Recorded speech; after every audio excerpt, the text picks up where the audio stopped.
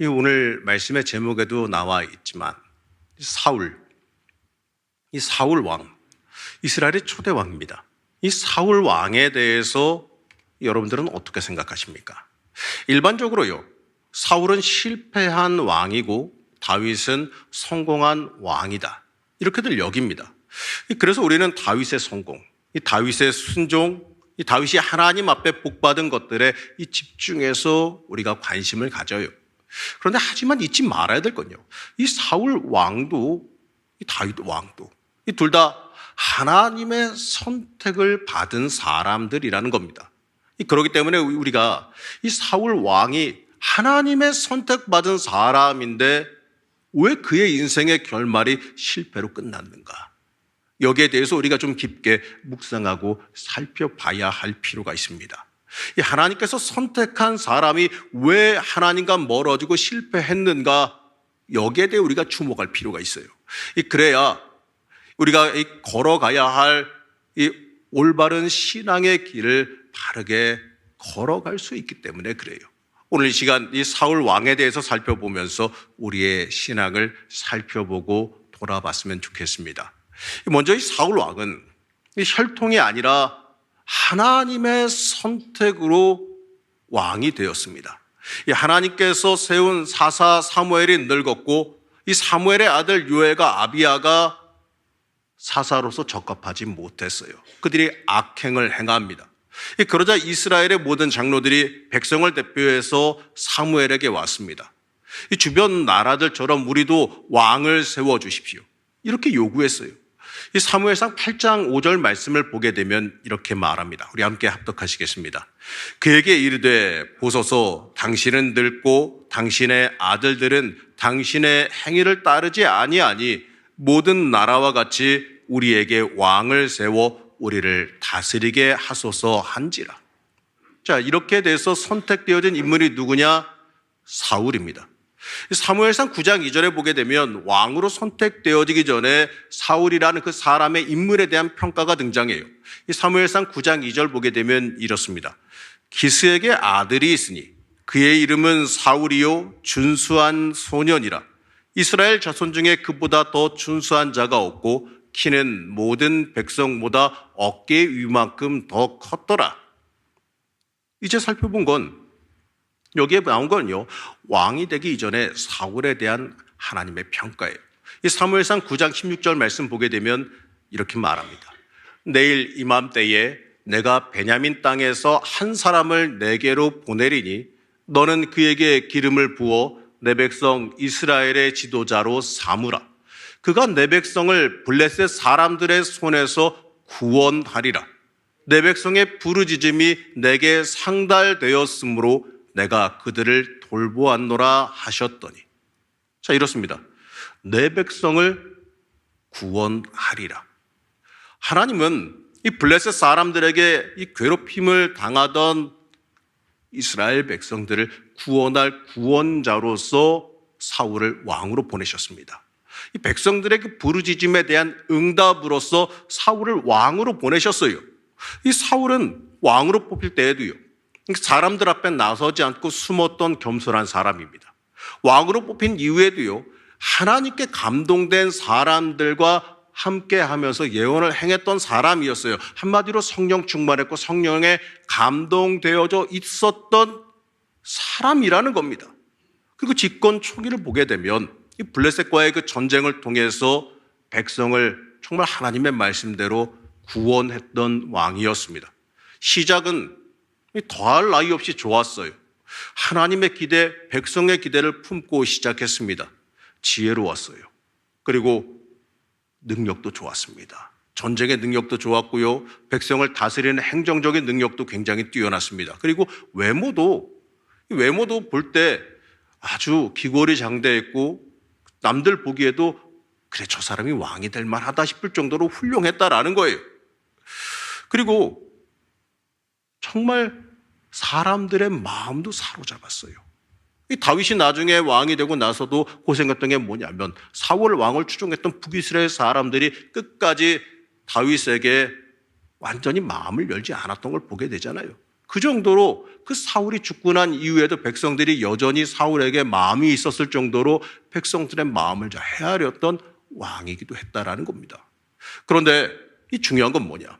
이 사울은 우리가 잘 알고 있다시피 이 전쟁에 앞서서 이 사무엘을 대신하여 기다리지 못하고 번제를 자기가 드림으로 인하여서 하나님 앞에 범죄를 하게 됐지요. 이 사무엘상 13장 8절 말씀을 우리 함께 보시겠습니다.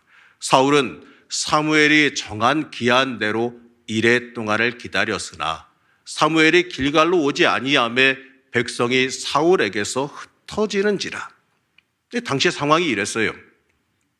이 전쟁을 하기 전에 출정식이라는 걸 해야 했습니다.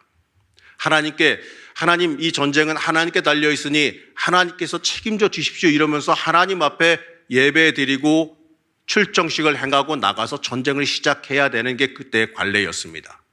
그런데 이 사무엘이 온다고 한 날짜가 지나가는데 오지를 않아요.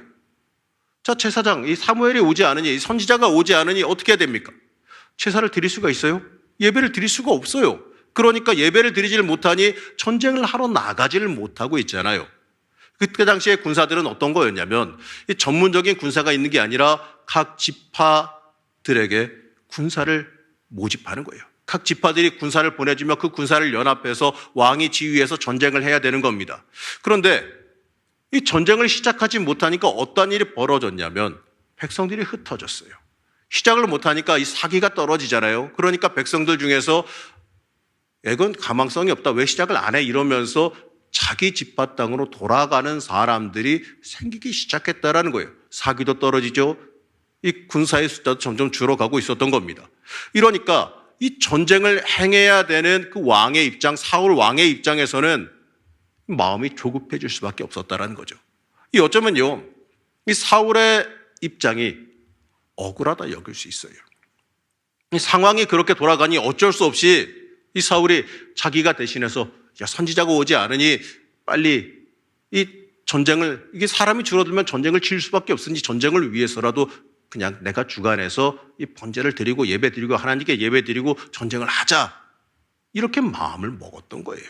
그런데 참 안타까운 게 뭐냐.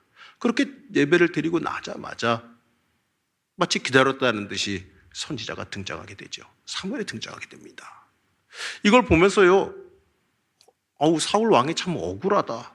인간적인 입장에서는 그렇게 생각할 수 있을 겁니다. 하지만 이 사울은 중요한 것을 놓쳤던 겁니다. 자기가 어떤 나라의 왕이냐. 이 세상 나라의 왕이라면 당연히 이 전쟁에서 불리한 상황은 피해야 되고 왕이 책임을 져야 되니 그렇게 해도 됩니다. 하지만 그때 당시에 그 이스라엘은 하나님이 왕이 되신 나라예요. 이스라엘의 왕은 하나님을 대신하여 하나님의 명령을 받아 나라를 다스리는 존재였습니다. 그리고 모든 전쟁은 하나님의 권능에 달려 있는 거예요. 언제 이스라엘이 자신의 힘으로 전쟁을 행하고 승리해 온 적이 있습니까?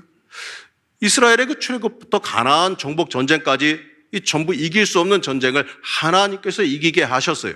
그 사사기의 그 사사 기간 때에도 그 백성들이 어렵고 고난당할 때 사사를 세우셔서 그들을 구원하신 분도 하나님이셨어요. 그렇기 때문에 이 블레셋과의 전쟁도 이 세상의 논리, 세상의 방법, 세상의 생각으로 풀어가면 안 되는 겁니다. 이 자신의 범죄에 대해 질책하는 사무엘에게 사울은 이렇게 변명합니다. 이 사무엘상 13장 2절 말씀 13장 12절 말씀 우리 함께 읽겠습니다. 이에 내가 이르기를 블레셋 사람들이 나를 치러 길갈로 내려오겠거늘 내가 여호와께 은혜를 간구하지 못하였다 하고 부득이하여 번제를 드렸나이다 하니라. 자, 이스라엘의 왕이라면, 이 하나님께서 구원자로 세우신 왕이라면 당연하게 하나님이 그 인생의 중심이 됐어야 됩니다. 하나님께서 행하시는 것, 하나님께서 말씀하시는 것, 여기에 주목하고 집중했어야 해요. 그렇기 때문에 사무엘이 늦어서 사람들이 흩어진다라는 것, 어떻게 보게 되면 그리 중요하지 않아요. 여러분, 기드온의 300용사 생각나시지요? 하나님께서 뭐라고 하셨습니까? 숫자가 많다라 그랬어요. 말도 안 되는 숫자입니다. 훨씬 적은 숫자인데 숫자가 너무 적다. 그래서 결국에 남긴 게 뭐였습니까? 300명이었어요. 그 숫자의 상징이 뭐겠습니까? 말도 안 되는 전쟁. 인간의 능력으로는 도저히 이길 수 없는 걸 하나님의 능력으로 이기게 하신다라는 걸 상징하기 위해서 그렇게 하셨던 거예요.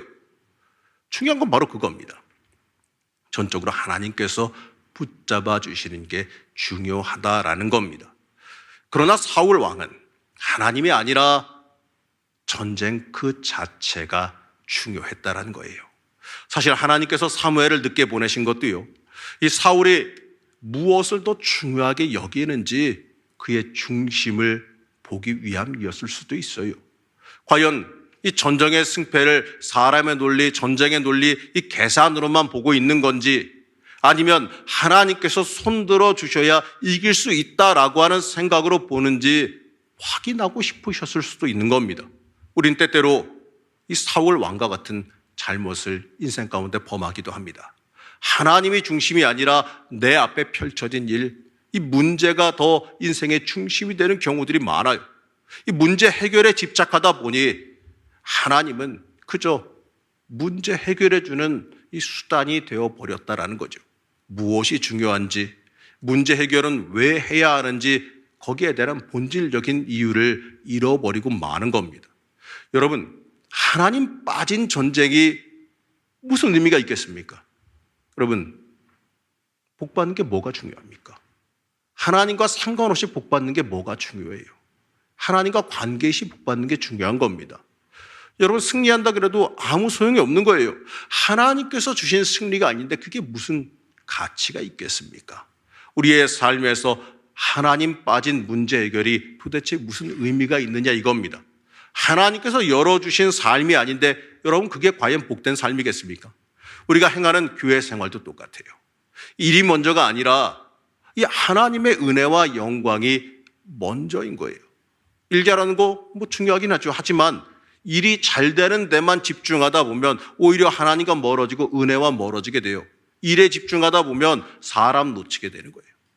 일에 집중하다 보면 하나님께서 원하시는 건 일이 아니라 서로 사랑하고 존중하고 화평하고 서로 합력하여 선을 이루는 걸 중요시하는 건데, 그게 아니라 일만 잘 되고 나만 잘나지고 많아진다는 거죠. 이건 죄악입니다. 인간의 교만이에요. 우리는 이러한 죄악에 빠져들지 말아야 돼요. 이 사울은 훌륭한 왕의 자질을 갖춘 사람 맞아요. 인물도 좋고 지도력도 뛰어났고 이 전쟁의 능력, 용사로서의 능력도 너무나도 강했던 사람이에요. 하나님께서 구원자로 삼아서 선택하실 만한 인물이었다는 거죠. 하지만 하나님의 명령을 지켜 행하지 않음으로써 어떻습니까? 하나님께 버림받게 되지요. 이 사무엘상 15장 11절 말씀을 우리 함께 보시겠습니다. 내가 사울을 왕으로 세운 것을 후회하노니 그가 돌이켜서 나를 따르지 아니하며 내 명령을 행하지 아니하였음이니라 하신지라. 사무엘이 근심하여 온 밤을 여호와께 부르짖으니라. 어떻습니까? 이 내용 참 안타깝고 섬찟한 내용 아니겠습니까? 내가 사울을 왕으로 세운 것을 후회하노니 그가 돌이켜서 나를 따르지 아니하며 내 명령을 행하지 아니하였음이니라. 여기서 우리는 많은 것을 배울 수가 있어요. 우리가 무엇을 위해 살아가는지, 하나님께 충성하는 게 무엇인지를 우리가 여기서 볼 수 있습니다. 하나님께서 후회하신다. 이 엄청난 말을 전해 들은 사울이 어떻게 해야 될까요? 자, 이 말을 들으면 우선 우리가 이 말씀을 보는데도 벌써부터 가슴이 철렁 내려앉지 않습니까? 이 말씀을 준비하면서 이 말씀을 보면서 내가 사울의 입장에서 이 말을 들었으면 어떠한 느낌이 들었을까? 이걸 가만히 눈 감고 묵상해 본 적이 있어요. 그렇게 생각해 봤더니 너무나도 놀랐을 것 같아요. 가슴이 철렁 내려앉으면서 세상이 무너지는 소리처럼 들렸을 것 같습니다. 그럼 어떻게 해야 될까요? 하나님 앞에 엎드려서 어떻게 돼요? 하나님 앞에 엎드려서 매달려야죠. 하나님 바지가랑이라도 붙잡으면서 하나님 돌이켜 주십시오. 이거 뭐가 내가 잘못했습니다. 이래야 되는 거 아니겠습니까? 그게 정상인데, 그런데 사울은 그러지 않았어요. 내 체면 좀 세워달라고 그럽니다. 이 사무엘상 15장 30절 말씀 우리 함께 보시겠습니다. 사울이 이르되 내가 범죄하였을지라도 이제 청하옵나니 내 백성의 장로들 앞과 이스라엘 앞에서 나를 높이사 나와 함께 돌아가서 내가 당신의 하나님 여호와께 경배하게 하소서 하더라. 이 말씀 읽으면서요, 드는 생각이 뭐였느냐? 아이고야, 이렇게 참 안타깝다. 이런 마음이 들었어요. 이게 아닌데 싶지 않습니까? 중요한 건 하나님 앞에 빨리 돌이켜서 용서받고 하나님 내가 잘못했습니다 하고 매달려야 되는데 백성의 장로들 앞과 이스라엘 앞에서 나를 높이사, 한마디로 내가 왕인데 내 신하들과 내 백성 앞에서 망신당하지 않게 해달라는 이야기예요. 그래서 하나님 여호와께 경배하게 하소서. 이게 뭡니까? 그 출정식을 하기 전에 하나님께 제사 드리고 번제 드리는 그 모든 의식 다 행할 수 있게 해달라라고 하는 이야기예요. 어떻습니까? 하나님께서 왕으로 세우신 걸 후회한다라는 그 말을 들었음에도 하나님 앞에 엎드려 회개할 게 아니라 사람과 백성 앞에서 자신의 체면을 먼저 생각하다니, 이거 참 답답한 일 아니겠습니까? 하지만 가만히 생각해 보게 되면 혹여나 내가 그러지 않았나, 혹시 이 모습이 내 모습은 아닐까, 이러한 생각을 해보게 됩니다. 나는 과연 하나님의 명령 앞에 철저히 순종했는가? 하나님을 위하여 철저히 엎드리며 복종했는가? 우리는 하나님 앞에서 행여나 변명만 하고 있지는 않은지 우리 스스로 돌이켜볼 수 있어야 됩니다. 이처럼 사울은 하나님과 멀어지며 점점 패망의 길로 들어가요. 자신을 왕으로 세운 분, 이 자신의 주인을 잊어버린 사람은 여러분 이렇게 넘어지게 되어 있어요. 이 어쩌면 왕으로서의 자질은 이 다윗보다도 사울이 더 뛰어나 보여요. 인물도 지도력도 전쟁의 능력도 뛰어났고요. 백성을 다스리는 그 정치의 능력도 그렇고, 이 나라를 확장시키고 또 지도하려고 하는 그 노력도 정말 열심이었거든요. 인간적인 기준으로 볼 때 아주 훌륭한 왕인 건 맞아요. 하지만 사울은 자신을 왕으로 세운 분이 누구인지, 이스라엘이 누구를 위해서 존재하는지 이 중요한 걸 생각하지 못했어요. 하나님께서 무엇을 위해서 나를 왕으로 세우셨는지 이걸 잊었다는 겁니다. 여러분, 우리 이걸 잊지 말아야 돼요. 하나님께서 나를 왜 직분자로 세우셨는지, 나를 왜 불러주셨는지 이걸 잊으면 안 되는 겁니다. 어쩌면 이 사무엘을 통해서 사울 왕에게 너를 왕으로 세운 걸 후회한다는 그 메시지를 전달했을 때 사실 그때가 기회 아니었겠어요? 그 순간에 왕으로서의 자신의 체면이 아니라 하나님 앞에 범죄함을 인하여서 엎드리고 통해 자복했다면 모든 게 바뀌었을 겁니다. 여러분, 다윗도 하나님 앞에서 범죄했어요. 그 범죄의 내용은 사실 이 사울 왕의 범죄보다 더 치졸하고 심각했어요. 다들 알고 있다시피 그 신복 우리아의 아내와 이 분류를 저지르고 그 우리아를 죽게 했지 않습니까? 그리고 심지어 그 장례 끝나자마자 그 아내를 자신의 아내로 취했습니다. 거기에 대해서 하나님은요, 봐주시지 않았어요. 아주 엄하게 질책하셨습니다. 네가 여호와의 말씀을 업신여기고 나 보기에 악을 행했다라고 질책하셨습니다. 네가 여호와의 말씀을 업신여겼다. 그리고 내가 보기에, 하나님 보기에 악했다라고까지 질책하셨어요. 이 질책은 이 사울에게 행한, 사울을 왕으로 세운 것을 후회된다. 그가 나에게 등을 돌리고 나의 명령을 따르지 않았다라고 말했던 그 질책 못지않은 아주 심각하고 강력한 질책입니다. 하지만 이 다윗은 여기에 대해서 이 사울 왕과 다른 모습을 보여줍니다. 이 사무엘하 12장 13절 말씀 우리 같이 함께 보시겠습니다. 다윗이 나단에게 이르되 내가 여호와께 죄를 범하였노라 하매 나단이 다윗에게 말하되 여호와께서도 당신의 죄를 사하셨나니 당신이 죽지 아니하려니와. 여기서 뭐라고 합니까? 다윗이 나단에게 이르되 내가 여호와께 죄를 범하였노라. 이때 당시에 이 다윗이 이 죄를 고백한 이 순간이 어느 순간이었느냐? 이 선지자가 와서 왕에게 이 말을 할 때 어떨 때 얘기를 했을까요? 둘이 따로 만나서 밀실에서 얘기했겠습니까? 신하들, 그 왕의 집무실에서 그 신하들 잔뜩 있는 그 자리에서 이야기한 거예요. 나단이 왕이셔, 이런 이야기가 있습니다. 이렇게 이야기하면서 이야기를 시작하거든요. 그리고 나서 다윗이 그렇게 나쁜 사람 있으면 벌 받아야지. 그렇게 얘기할 때 나단이 그게 당신입니다. 이렇게 시작한 거거든요. 그러면 한마디로 이 자리가 뭐였냐면 왕으로서 그 신하들과 함께 회의하고 있는 그 상황이었어요. 다들 보고 있는 상황입니다. 근데 그 자리에서 자신의 체면이고 뭐고 상관없이 내가 여호와께 범죄하였습니다. 이러면서 하나님 앞에 무릎 꿇는 거예요.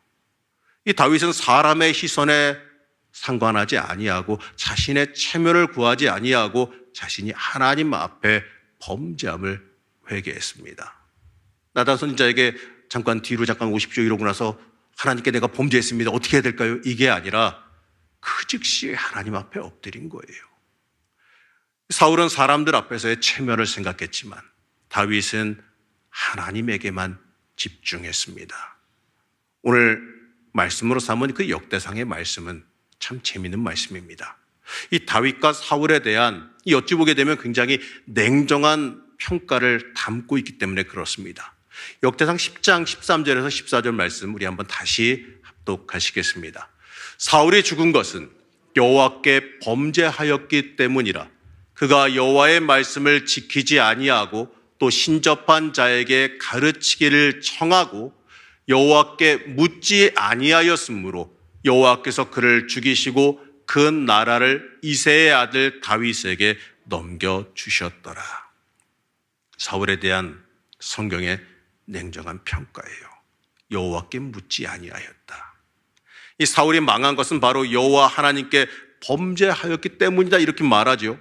여호와의 말씀을 지켜 행하지 않았기 때문에 인생을 살면서 여호와께 묻지 않았기 때문에 망했다라고 말하는 겁니다.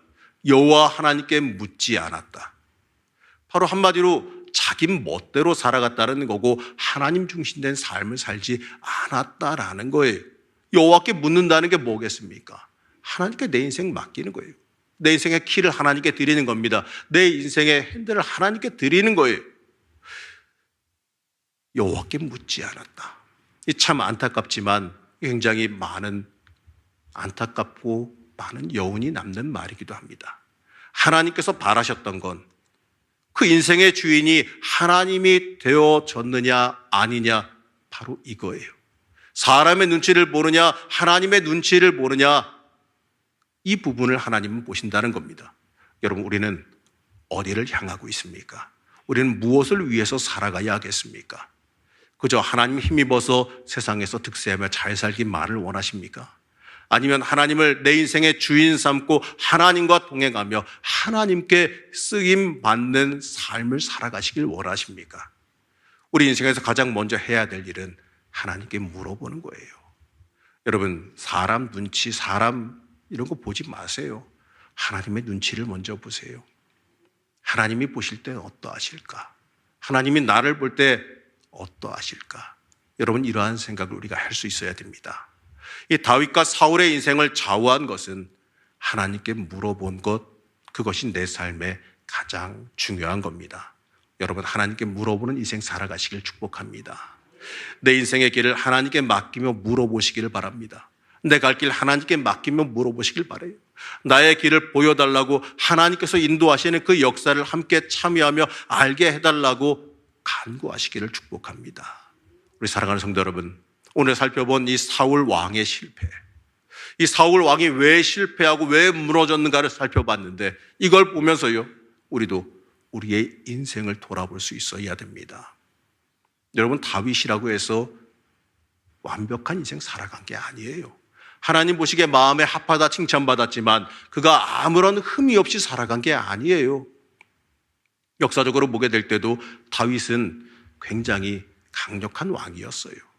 그가 나라를 전쟁을 하면서 나라 규율을 잡고 다스리며 할 때 다윗이 행했던 건 처절한 복수였습니다.